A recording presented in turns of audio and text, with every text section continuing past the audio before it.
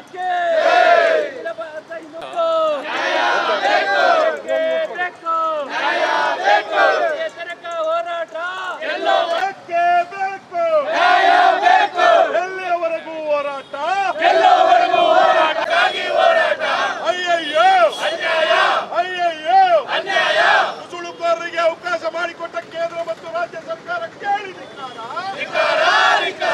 ಬೇಕೇ ಬೇಕು ನ್ಯಾಯ ಬೇಕು ಬೇಕೇ ಬೇಕು ನ್ಯಾಯ ಬೇಕು ನ್ಯಾಯಕ್ಕಾಗಿ ಹೋರಾಟ ಏತಕ್ಕಾಗಿ ಹೋರಾಟ ನ್ಯಾಯಕ್ಕಾಗಿ ಹೋರಾಟ ಅಯ್ಯಯ್ಯೋ ಅನ್ಯಾಯ ಅಯ್ಯಯ್ಯೋ ಅನ್ಯಾಯ ಅಯ್ಯಯ್ಯೋ ಅನ್ಯಾಯ ಅಯ್ಯಯ್ಯೋ ಅನ್ಯಾಯ ಬೇಕೇ ಬೇಕು ನ್ಯಾಯ ಬೇಕು ಬೇಕೇ ಬೇಕು ನ್ಯಾಯ ಕೇಳಿದಿಕ್ಕಾರ ನುಸುಳುಕೋರರಿಗೆ ಅವಕಾಶ ಮಾಡಿಕೊಟ್ಟ ಕೇಂದ್ರ ಮತ್ತು ರಾಜ್ಯ ಸರ್ಕಾರ ಕೇಳಿದಿಕ್ಕಾರ ಬೇಕೇ ಬೇಕು ನ್ಯಾಯ ಬೇಕು ಬೇಕೇ ಬೇಕು ನ್ಯಾಯ ಬೇಕು ಏತಕ್ಕಾಗಿ ಹೋರಾಟ ನ್ಯಾಯಕ್ಕಾಗಿ ಹೋರಾಟ ಏತಕ್ಕೆ ಅಯ್ಯಯ್ಯೋ ಅನ್ಯಾಯ ಬೇಕೇ ಬೇಕು ನುಸುಳುಕೋರರಿಗೆ ಅವಕಾಶ ಮಾಡಿಕೊಟ್ಟ ಕೇಂದ್ರ ಮತ್ತು ರಾಜ್ಯ ಸರ್ಕಾರ ಕೇಳಿದಿಕ್ಕಾರ ಧಿಕ್ಕಾರ ಧಿಕ್ಕಾರ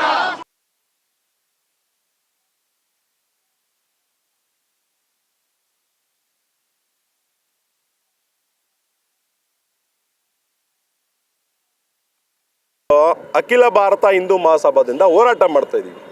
ನಮ್ಮ ದೇಶದಲ್ಲಿ ನಾವೇ ಹಿಂದೂಗಳು ಹೋರಾಟ ಮಾಡೋ ಪರಿಸ್ಥಿತಿಗೆ ಇವತ್ತು ಕೇಂದ್ರ ಸರ್ಕಾರ ತಂದೈತೆ. ಯಾಕಂದರೆ ಈ ಕೇಂದ್ರ ಸರ್ಕಾರ ಅಕ್ರಮ ಬಾಂಗ್ಲಾ ವಲಸಿಗರನ್ನು ಅಲ್ಲಿಂದ ಬಾಂಗ್ಲಾದೇಶಕ್ಕೆ ಗಡೀಪಾರು ಮಾಡ್ದೇನೆ ಇವರು ಚುನಾವಣಾ ತಂತ್ರಕ್ಕೋ ಇಲ್ಲ ವೋಟ್ ಬ್ಯಾಂಕ್ ರಾಜಕಾರಣಕ್ಕೋ ಗೊತ್ತಿಲ್ಲ ಬೇರೆ ಬೇರೆ ರಾಜ್ಯಗಳಿಗೆ ವಿಸ್ತರಣೆ ಮಾಡಿ ಈಗ ನೋಡಿ ಪಶ್ಚಿಮ ಬಂಗಾಳದಲ್ಲಿ BJP ಸರ್ಕಾರ ಬಂದಿದೆ. ಅಲ್ಲಿನ ಅಕ್ರಮ ಬಾಂಗ್ಲಾ ವಲಸಿಗರಲ್ಲ ಬೇರೆ ಬೇರೆ ರಾಜ್ಯಗಳಿಗೂ ವಲಸೆ ಹೋಗ್ತಾ ಇದ್ದಾರೆ. ಅದೇ ರೀತಿ ನಮ್ಮ ಮೈಸೂರಿಗೂ ಮೊನ್ನೆ ಬಂದಿದ್ದಾರೆ. ಅದೇ ನಾವಿಲ್ಲಿ ಹೇಳೋದೇನೆಂದರೆ ಇದು ಸಂಪೂರ್ಣ ವೈಫಲ್ಯ ಸಂಪೂರ್ಣ ಹೊಣೆಗಾರಿಕೆಯನ್ನು ನಾವು ಕೇಂದ್ರ ಸರ್ಕಾರದ ಮೇಲೆ ಹಾಕ್ತೀವಿ. ಯಾಕಂದರೆ ನಿಮಗೆ ಗೊತ್ತು ಅಕ್ರಮ ವಲಸಿಗರು ಇದ್ದಾರೆ ಎಲ್ಲ ರಾಜ್ಯದಲ್ಲಿ ಇದ್ದಾರೆ ಅಂತ ಗೊತ್ತಾದ ಮೇಲೆ ನೀವು ಅವ್ರನ್ನ ಬಂಧನ ಮಾಡಿ ಗಡೀಪಾಡು ಮಾಡಬೇಕು ಇಲ್ಲ ಬೇರೆ ಬೇರೆ ರಾಜ್ಯಗಳಿಗೆ ಅವ್ರನ್ನ ಕಳಿಸಿ ತಮಾಷೆ ನೋಡಬೇಕು ಅಂತ ನಮಗೆ ಗೊತ್ತಾಯ್ತಿಲ್ಲ. ಅದರಿಂದ ಕೆಲವೊಂದು ವಿಚಾರಗಳಲ್ಲಿ ಏನು ಕೇಂದ್ರ ಸರ್ಕಾರ ಇದೇ ಹಿಂದುತ್ವದ ಅಡಿಯಲ್ಲಿ ನೀವು ಅಧಿಕಾರಕ್ಕೆ ಬಂದಿದ್ದೀರಾ, ಇವತ್ತು ಆ ಹಿಂದುತ್ವವನ್ನೇ ಕೊಲೆ ಮಾಡುವಂಥ ಕೆಲಸ ನೀವು ಕೇಂದ್ರ ಸರ್ಕಾರ ಮಾಡ್ತಾ ಇದ್ದೀರಾ. ಯಾಕಂದರೆ ವಲಸಿಗರನ್ನು ನಿಮ್ಮ ಕೈಲಿ ನೀವು ಅಕ್ರಮ ಬಾಂಗ್ಲಾ ವಲಸಿಗರನ್ನು ಅವರ ದೇಶಕ್ಕೆ ಗಡೀಪಾರು ಮಾಡೋಕ್ಕೆ ಸಾಧ್ಯ ಆಗಲಿಲ್ಲ ಅಂದಮೇಲೆ ಇನ್ನು ನಮ್ಮ ಭಾರತ ದೇಶದ ಹಿಂದೂಗಳನ್ನು ಯಾವ ರೀತಿ ರಕ್ಷಣೆ ಮಾಡ್ತೀರಾ ನೀವು ಅನ್ನೋದು ನಮ್ಮ ಅಖಿಲ ಭಾರತ ಹಿಂದೂ ಮಹಾಸಭಾದ ಪ್ರಶ್ನೆ. ಮುಂದೊಂದು ದಿನಗಳಲ್ಲಿ ಇದು ನಿಮ್ಮ ವೋಟ್ ಬ್ಯಾಂಕ್ ರಾಜಕಾರಣ ಬಿಟ್ಟು ನಿಮ್ಮ ಏನು ಪಕ್ಷಗಳ ಆಂತರಿಕ ಕಚ್ಚಾಟಗಳು ನಮಗೆ ಬೇಡ. ಹಿಂದೂಗಳಿಗೆ ನಾವು ನೇರವಾಗಿ ಕೇಂದ್ರ ಸರ್ಕಾರನ ಹೊಣೆ ಮಾಡ್ತಿದ್ದೀವಿ.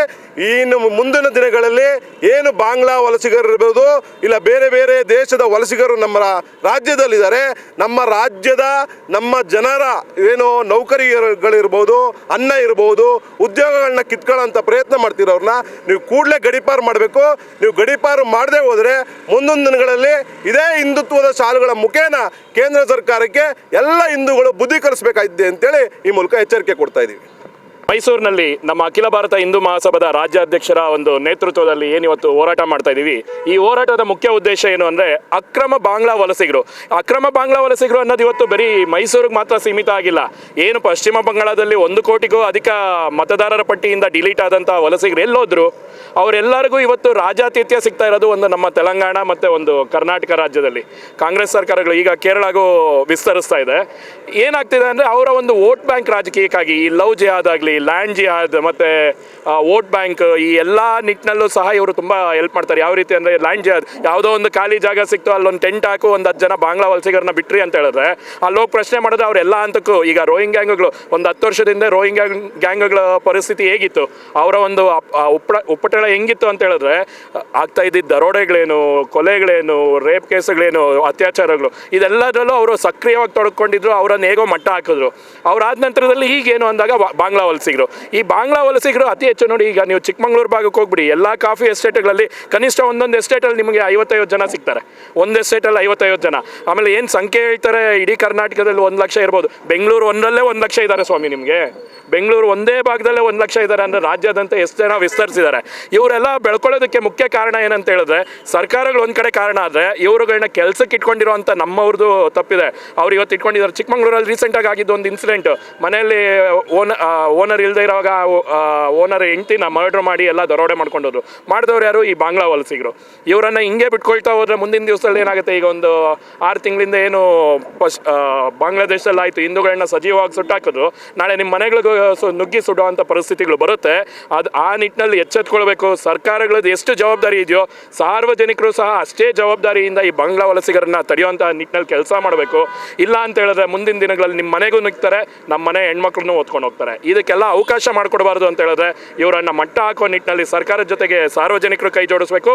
ಮತ್ತು ಸರ್ಕಾರ ಇವರನ್ನು ಮಟ್ಟ ಹಾಕೋವರೆಗೂ ಯಾವುದೇ ಕಾರಣಕ್ಕೂ ನಮ್ಮ ಹೋರಾಟಗಳು ನಿಲ್ಲಲ್ಲ. ಇವತ್ತು ಮೈಸೂರಿನಿಂದ ಸಾಂಕೇತಿಕವಾಗಿ ಪ್ರಾರಂಭ ಆಗಿರೋ ಹೋರಾಟ ಮುಂದಿನ ದಿನಗಳಲ್ಲಿ ರಾಜ್ಯವ್ಯಾಪಿ ವಿಸ್ತಾರ ಮಾಡ್ತಾ, ಮತ್ತು ಇವತ್ತು DC-ಗೆ ಸಹ ಮನವಿಯನ್ನು ಕೊಡ್ತಾ ಇದ್ದೀವಿ.